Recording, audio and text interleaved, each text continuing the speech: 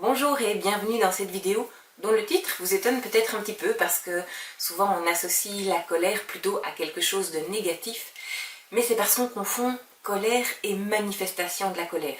Souvent, la colère, on la voit comme des explosions, soit on a envie de frapper, on a envie de hurler, etc.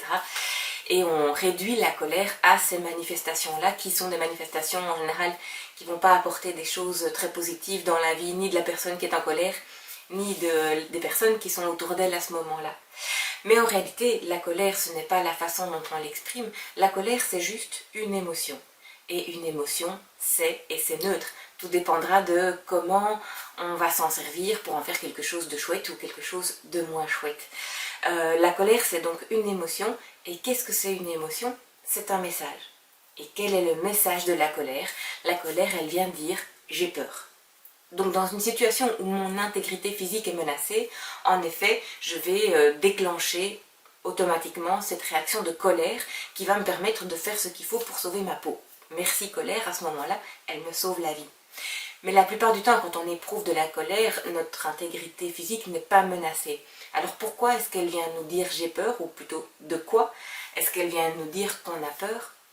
C'est qu'à ce moment-là, on se trouve dans une situation où face à une personne qui menace non pas notre intégrité physique, mais notre intégrité morale.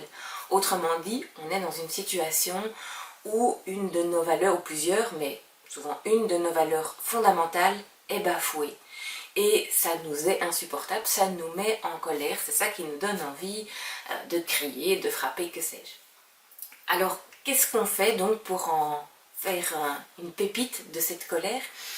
Sur le moment, j'ai envie de dire rien. Ou en tout cas, on s'occupe de la colère elle-même, on s'occupe de l'expression de la colère en premier, parce que quand on est dans cet état de colère, dans cet état émotionnel, c'est pas le moment de réfléchir et d'aller creuser plus loin, c'est le moment de voir comment on peut le plus facilement possible, le plus en douceur possible et le plus en respect possible, s'occuper de cette émotion qui vient quand même nous titiller. Et ça dépend un peu de chacun. Il y en a qui vont avoir envie peut-être de chanter, mais peut-être que, parce que plutôt que de crier, chanter, ça peut faire sortir des tas de choses. Ça peut faire une bonne séance de sport, aller courir, aller marcher. Personnellement, en fait, le truc qui marche le mieux avec moi, c'est de me mettre dans ma bulle. Parce que quand je suis dans ma bulle, je suis tellement en sécurité que ma colère, elle redescend très vite.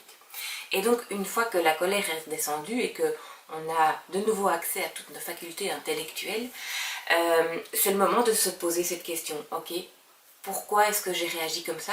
Quelle est la valeur qui est très importante à mes yeux, qui était bafouée dans cette situation ou face à cette personne? Et une fois que j'ai cette valeur, alors là c'est pépite. Parce que ça veut dire qu'elle a été bafouée dans cette situation, mais peut-être qu'elle l'est un peu trop souvent. Si ça me met dans un état de colère, c'est que cette valeur, elle est hyper importante à mes yeux. Donc le cadeau, c'est que je vais pouvoir, une fois que j'ai identifié cette valeur, voir comment je peux mettre plus de cette valeur dans ma vie globalement, et puis dans chaque domaine. Ok, comment est-ce que je peux vivre plus de cette valeur dans mes relations, dans mon métier, dans ma vie personnelle, dans mes loisirs, dans tous les domaines de ma vie, comment je peux mettre plus de cette valeur. Parce que plus je mettrai de cette valeur dans ma vie, puisqu'elle est fondamentale pour moi, plus ma vie aura du sens et donc plus elle aura aussi de la joie. Voilà comment la colère peut nous amener à aller vers toujours plus de joie, vers ce qui est vraiment important, fondamental pour nous, pour notre vie, et donc comment elle peut être une conseillère extraordinaire. Si vous avez aimé cette vidéo, n'hésitez pas, il y a le petit pouce, vous pouvez mettre un like, vous pouvez aussi la partager si vous pensez qu'elle peut en inspirer d'autres. Et moi je vous dis à très bientôt dans une prochaine vidéo.